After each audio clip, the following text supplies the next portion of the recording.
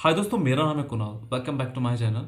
स्वागत है आप सभी का मेरे फैट लॉस सीरीज में। आज है एपिसोड 6 और आज हम बात करने जा रहे हैं प्रोटीन फॉर फैट लॉस।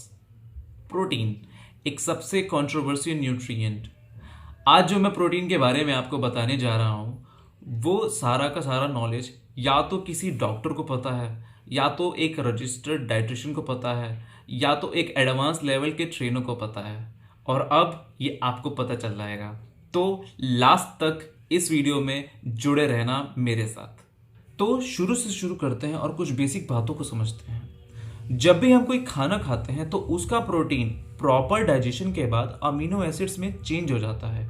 इस पूरी दुनिया में 500 से भी ज़्यादा अमीनो एसिड्स पाए जाते हैं, लेकिन हमें और हमारी बॉडी के लिए सिर्फ 20 अमीनो एसिड्स ही काफ़ी हैं। ये सारे 20 अमीनो एसिड्स एक दूसरे के साथ जुड़े रहते हैं एक बॉन्ड की वजह से, जिससे पेप्टाइड बॉन्ड कहा जाता है। और ये सारे 20 अमीनो एसिड्स मिलके प्रोटीन बनाते हैं।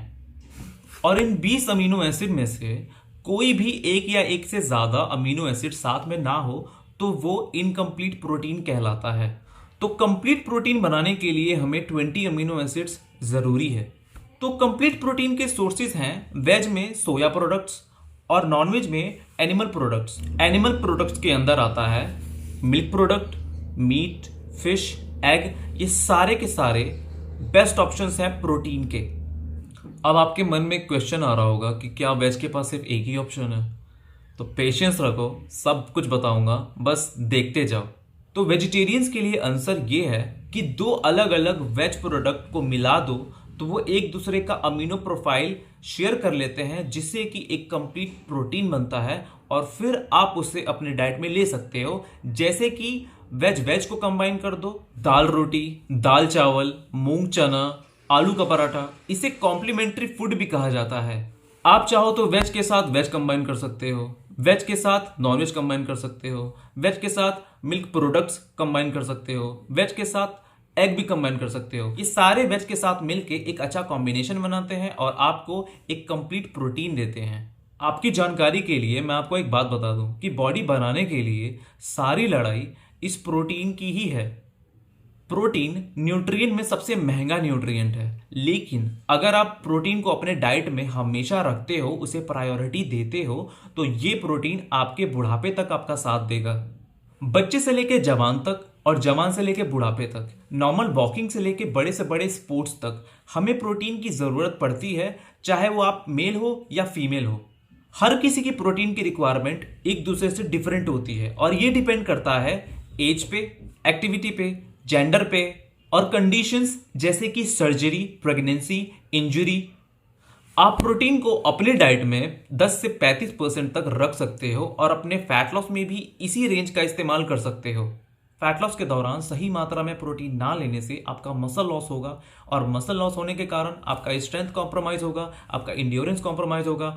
और अगर ये दोनों चीज़ें कॉम्प्रोमाइज होती हैं तो आप जल्दी थक जाओगे, आप फटीग हो जाओगे। सो बी श्योर कि आप इनफ प्रोटीन ले रहे हैं जो कि आपके रिक्वायरमेंट को फुलफिल करता है। जनरल पॉपुलेशन के लिए हमें प्रोटीन की ज़रूरत है 0.8 पर केजी, और अगर आप फैट लॉस कर रहे हैं तो आपको 1.2 से लेकर के 1.7 तक पर केजी के हिसाब से आपको प्रोटीन रखना होगा अपने डाइट में। लेकिन ये वेरी करता है कि आपके बॉडी में कितना मसल मास है। अगर आप एक एडवांस लेवल के एथलीट हो या फिर आपका बॉडी वेट 80 केजी है प्योर मसल मास के साथ, तो आप 2.2 पर केजी के हिसाब से भी प्रोटीन ले सकते हो। और अगर आप एक बिगिनर हो तो 0.8 पर केजी के हिसाब से शुरू करो और एक महीने बाद 1.2 पर केजी के हिसाब से लो, और फिर उसे 5 महीने बाद 1.5 पर केजी के हिसाब से प्रोटीन को अपने रूटीन में ऐड करो। वेजिटेरियंस के लिए रिकमेंडेड है कि वो लोग 10 ग्राम एक्स्ट्रा प्रोटीन लें जो कि उनके रिक्वायरमेंट को फुलफिल कर पाए। जैसे कि मान लीजिए अगर मुझे ज़रूरत है 100 ग्राम प्रोटीन की, तो मुझे लेना चाहिए 110 ग्राम प्रोटीन अपने डाइट में।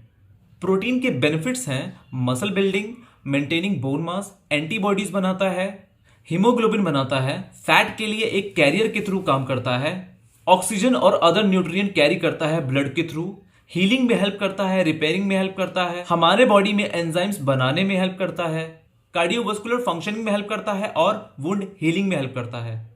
हाई प्रोटीन डाइट उन लोगों के लिए बिल्कुल नहीं है जो osteoporosis, kidney disease, liver disease और जिन्हें डायबिटीज है वो हाई प्रोटीन लेने से पहले अपने डॉक्टर से कंसल्ट कर लें कि क्या वो हाई प्रोटीन ले सकते हैं अपने डाइट में या नहीं।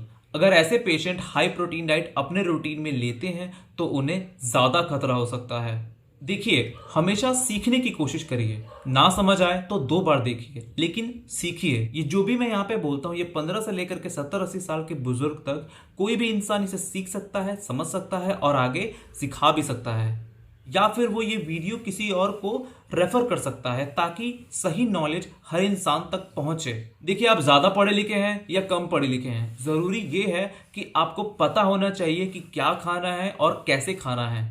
मैंने अपने प्रोफेशन में पर्सनल ट्रेनिंग के दौरान और नर्सिंग के दौरान ऐसे बहुत सारे लोगों से बात किया कि वो क्या खाते हैं और उनका क्या रूटीन है, तो मुझे पता चला कि महंगाई के कारण वो लोग हफ्ते में सिर्फ 1 बार चिकन खाते हैं, 1 बार पनीर खाते हैं, और उनमें से कुछ ऐसे थे जो हर दिन 1 गिलास दूध पीते हैं, और जिनके पास गाय है वो 2 से 3 बार दूध पीते हैं।